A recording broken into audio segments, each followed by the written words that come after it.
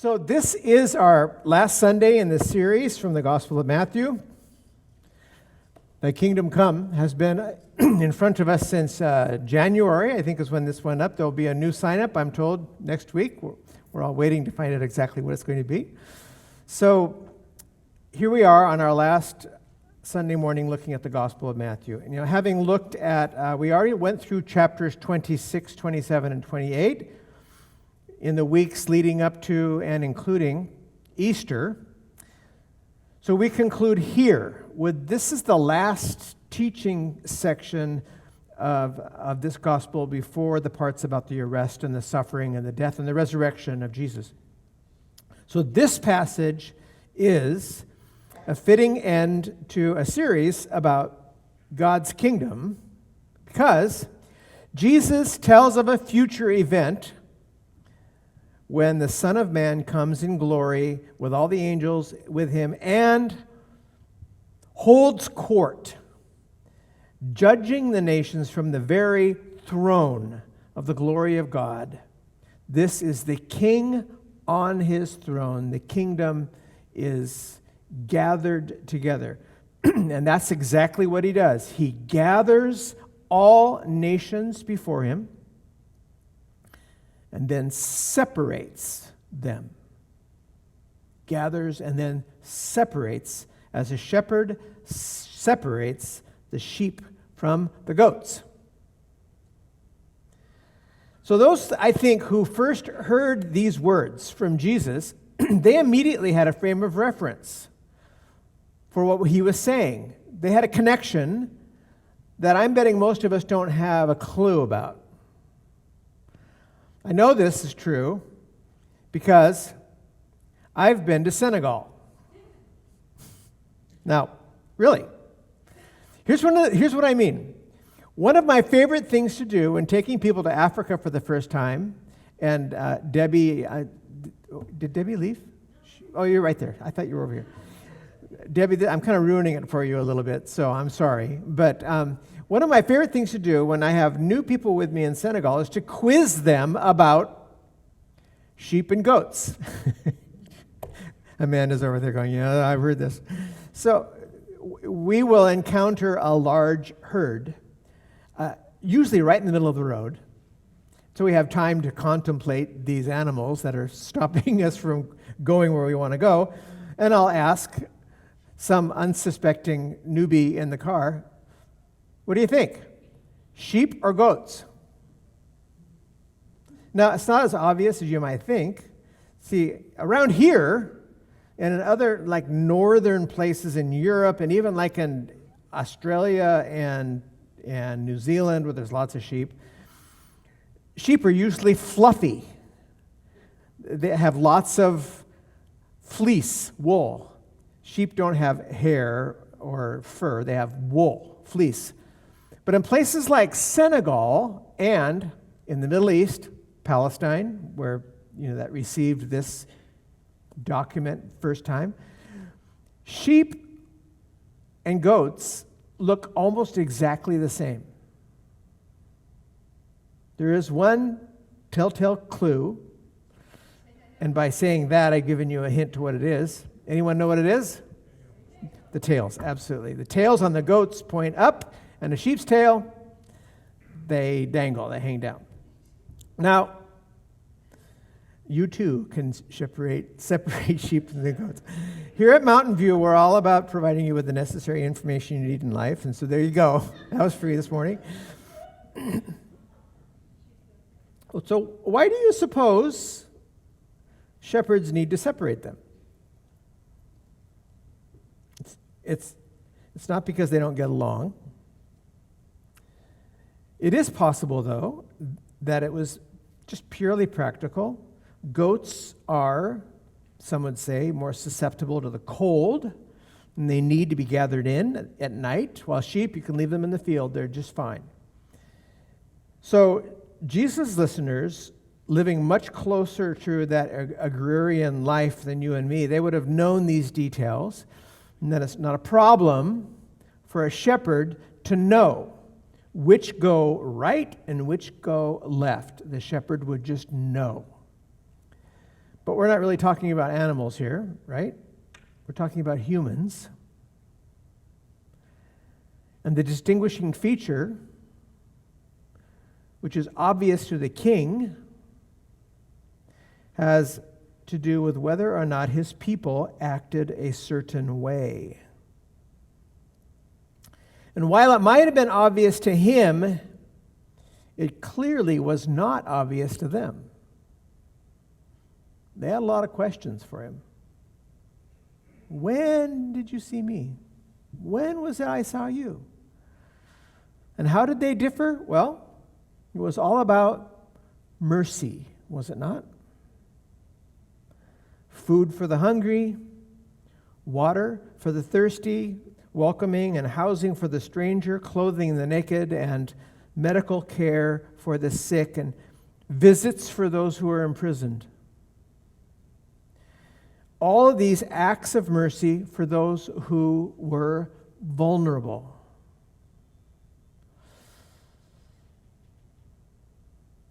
Those on the right were unaware. They ask, when did we do these things for you?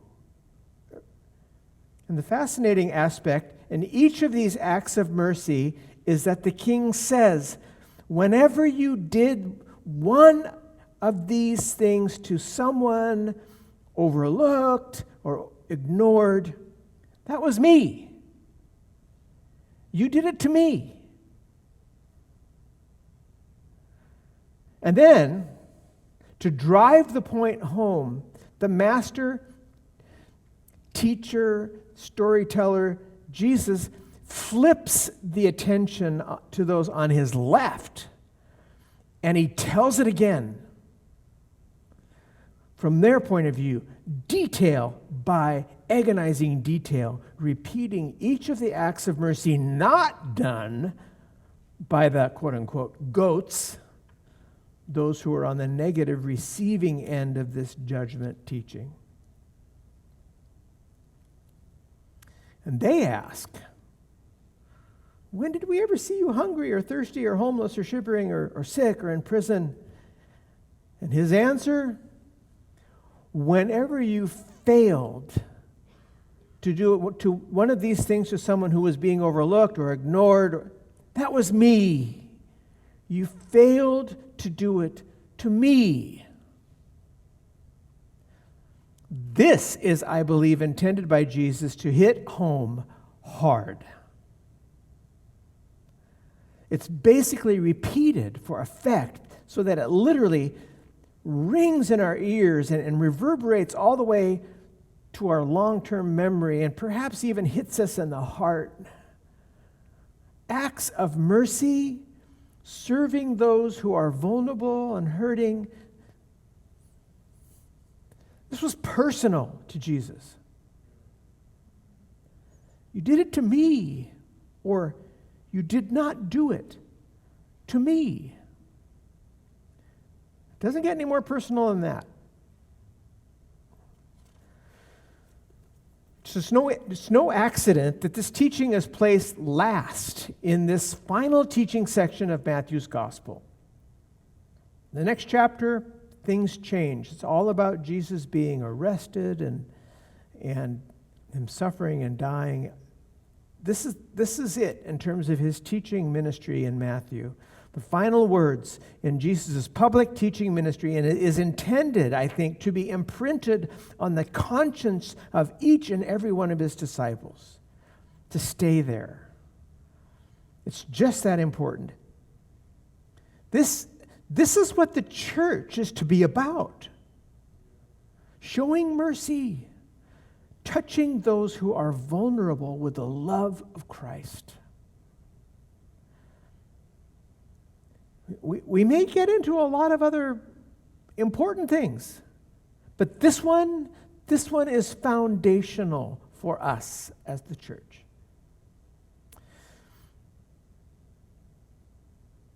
It's likely this kind of thinking that in the last few years has led the denomination that Mountain View is a part of, the PCUSA, has led our denomination to a special emphasis on Matthew 25. Did you know about this?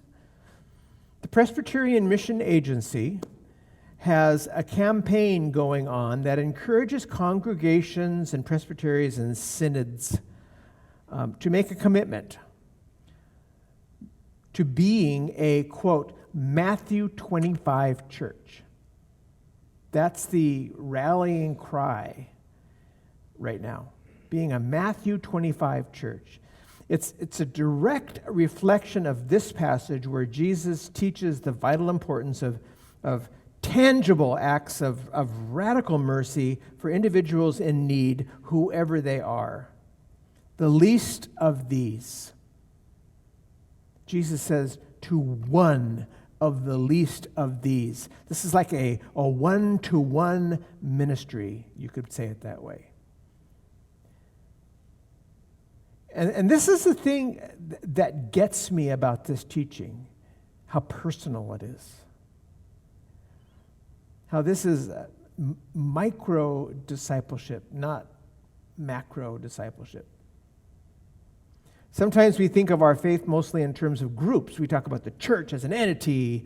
We think about its societal impact and how we should be doing big things for God as a church. And while that may be good, here's Jesus giving final instructions to the church, saying, don't forget, it comes down to a one-to-one level. It must be expressed personally. Today, that person that you encounter at Fred Meyer, who looks, dresses, and maybe acts a lot different than you, is this person to be one of your least of these? How about that person at work who, truth be told, kind of annoys you? Is this to be one of your least of these? Or it could be a family member, someone who is requiring more of you than you think is fair. Is Jesus calling you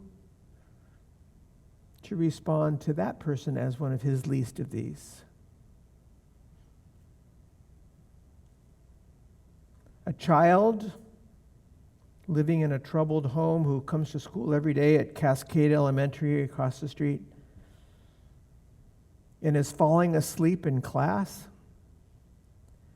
because they're too afraid to sleep at home last night because of what's going on. Is that to be one of your least of these?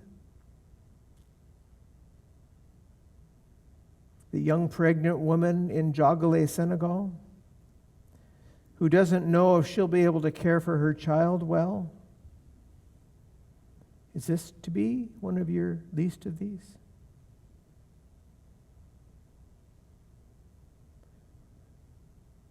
I could go on.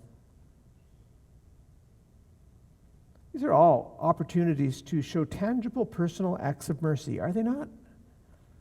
And then in so doing, to encounter Jesus.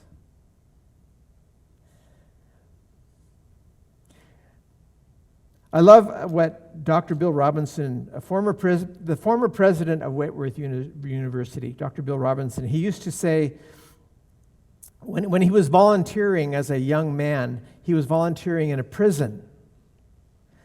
And the chaplain at that prison pulled him aside one time and said, Bill, if Matthew 25 is right, you didn't come to bring Jesus to these guys. You came to find him.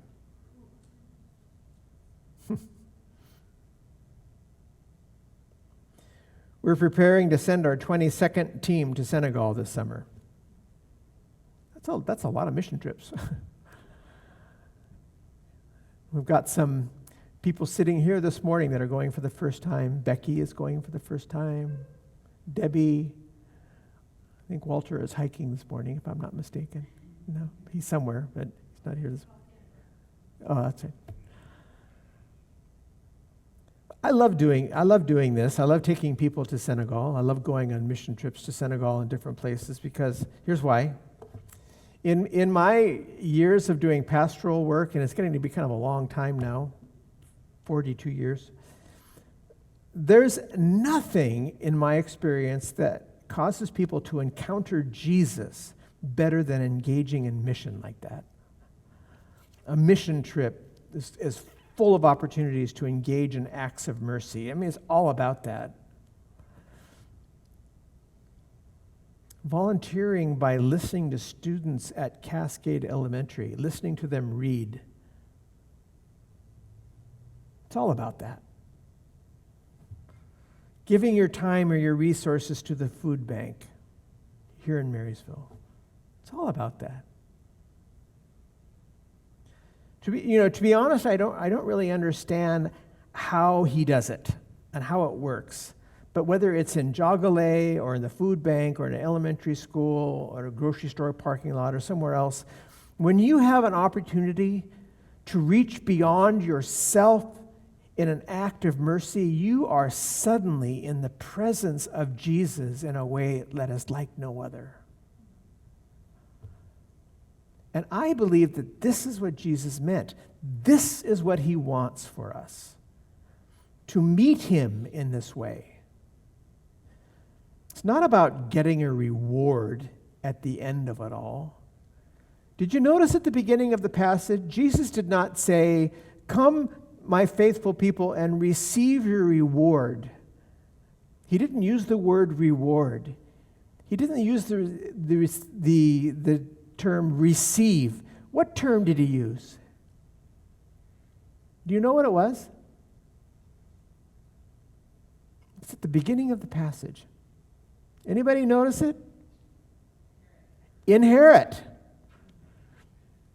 That's not about performance. At least it's not supposed to be.